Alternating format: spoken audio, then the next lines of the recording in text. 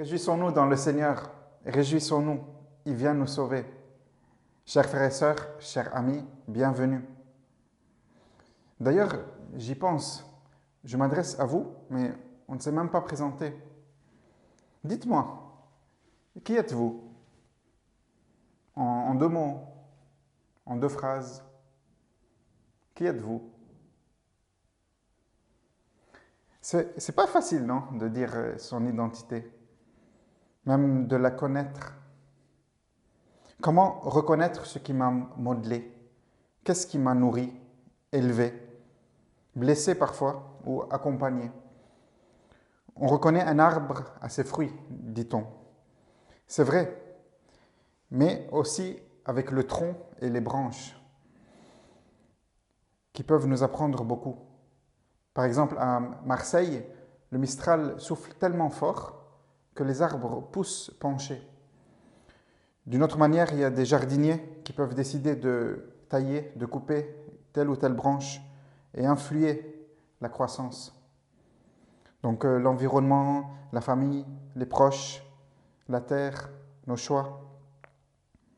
Je ne sais pas combien de vous ont dit aussi « je suis vivant »,« je suis en chemin ».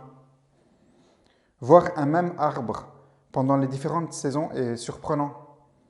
On a l'impression qu'il est dépouillé en hiver, presque mort, porteur de fruits, de vie au printemps, puis se prélassant, profitant de l'été, enfin rendant ses feuilles à la terre qui la nourrit en automne.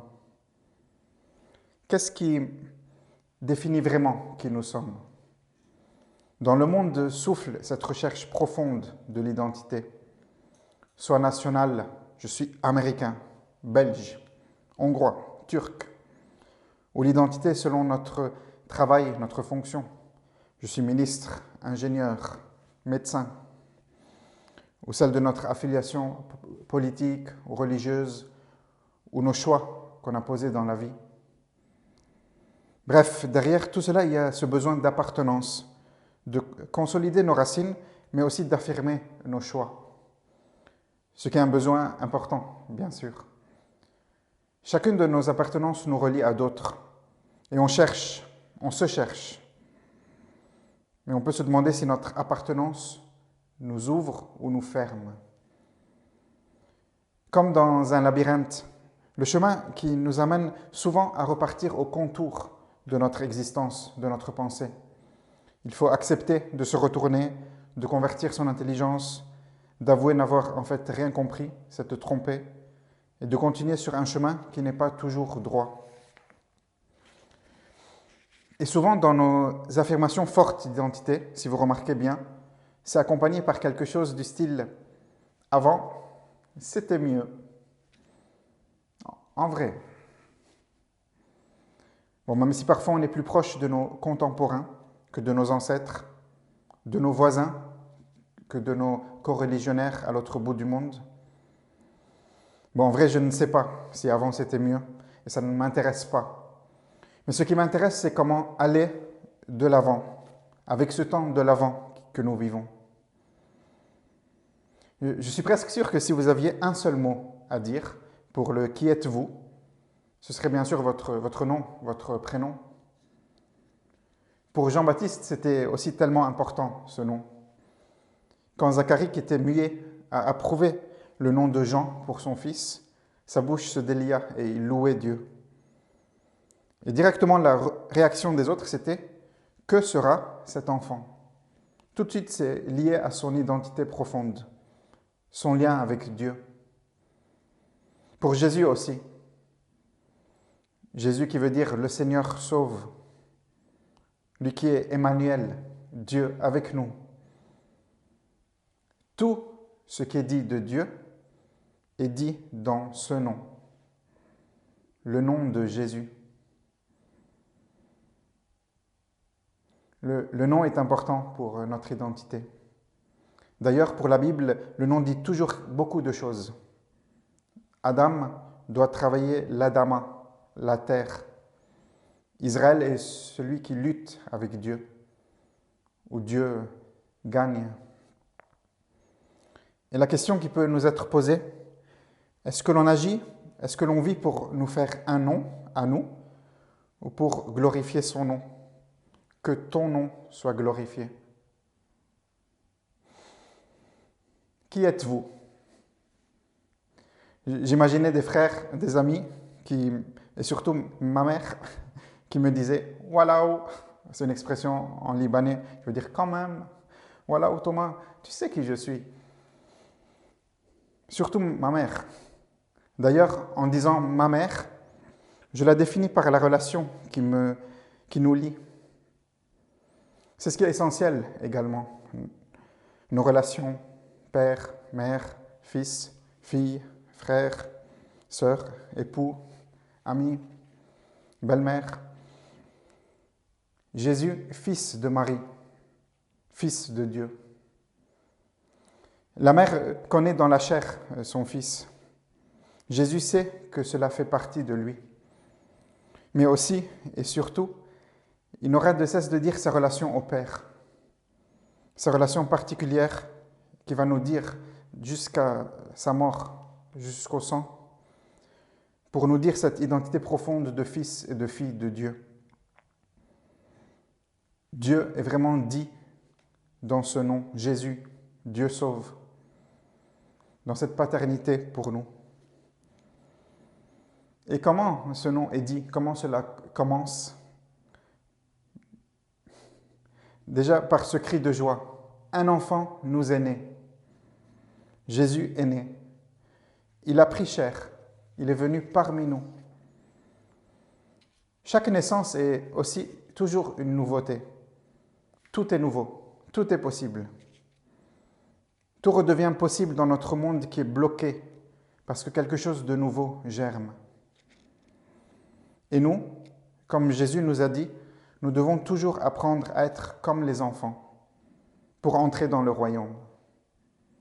Que tout devienne émerveillement, possibilité.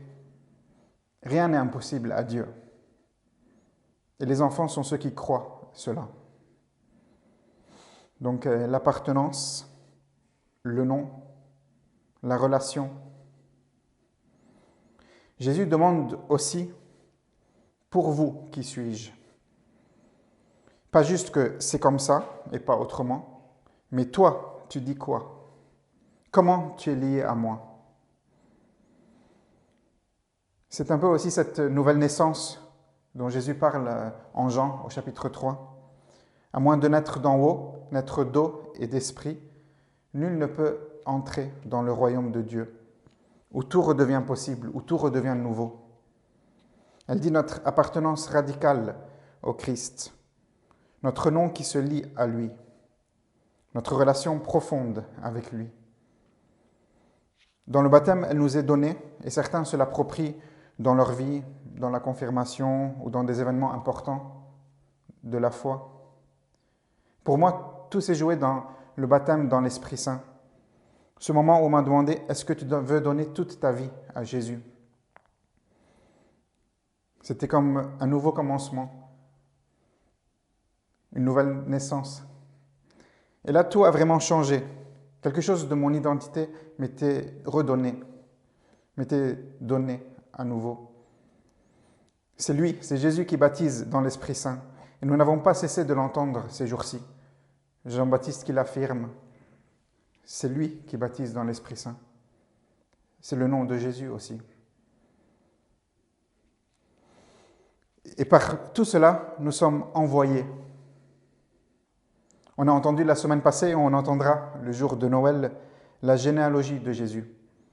Abraham engendra Isaac, Isaac engendra Jacob, jusqu'à Jacob engendra Joseph, l'époux de Marie, de laquelle fut engendré Jésus. Ensuite, avec Jésus, quelque chose change. On peut entendre ce qui se passe dans l'Église. Jésus appelle Pierre et Paul. Paul appelle Timothée. Quelqu'un vous a appelé. Qui appellerez-vous? L'attitude fondamentale du chrétien est d'attendre le Christ, de désirer sa venue, de sortir de notre sommeil, de notre paresse spirituelle, de notre absence de dynamisme ou d'intérêt, parce qu'il s'agit d'un combat. Et nous sommes toujours dans un étonnement que Dieu se serve de nous, de moi, de vous. Cet étonnement que je puisse être enfant de Dieu. Dieu nous regarde de ce regard où il montre tout. Il nous montre son identité et la nôtre. Ce regard qui peut être très fort entre les hommes. Vous imaginez quand vous croisez le regard du Christ. Jésus, le prince de paix, est venu dans la chair par un signe visible, celui annoncé en Isaïe 7. Le Seigneur lui-même vous donnera un signe. Les témoins et l'Église ne peuvent pas être invisibles, même s'il y a des choses choquantes ou déroutantes. La question n'est pas de savoir si avant c'était mieux, ou il faut aller de l'avant, en avant. Je vous propose de l'entendre différemment. Allons de l'avant, à partir de cet avant, de cet événement du Christ, qui s'est réalisé et par lequel le monde est sauvé. Allons de l'avant, de cet événement, de l'incarnation, même si nous sommes en 2020, après Jésus-Christ, trop souvent encore, on agit comme si la venue de Jésus-Christ n'avait pas eu lieu. Je répète, trop souvent encore, on agit comme si la venue de Jésus-Christ n'avait pas eu lieu. Partons de là, de cet avant, en avant. Yallah. Allons de l'avant, à partir de Jésus-Christ. Je finis avec quelques extraits adaptés d'un hymne de saint Éphrem. Voici la fête, comme un trésor nous est offerte, nous est ouverte par le premier-né. Un jour unique nous offre ce trésor. Venez avec empressement. En cette fête, à chacun de couronner la porte de son cœur. L'Esprit Saint convoite notre porte. Il veut entrer, habiter, sanctifier l'intérieur. Le voici qui maraude à toutes les portes, cherchant où habiter.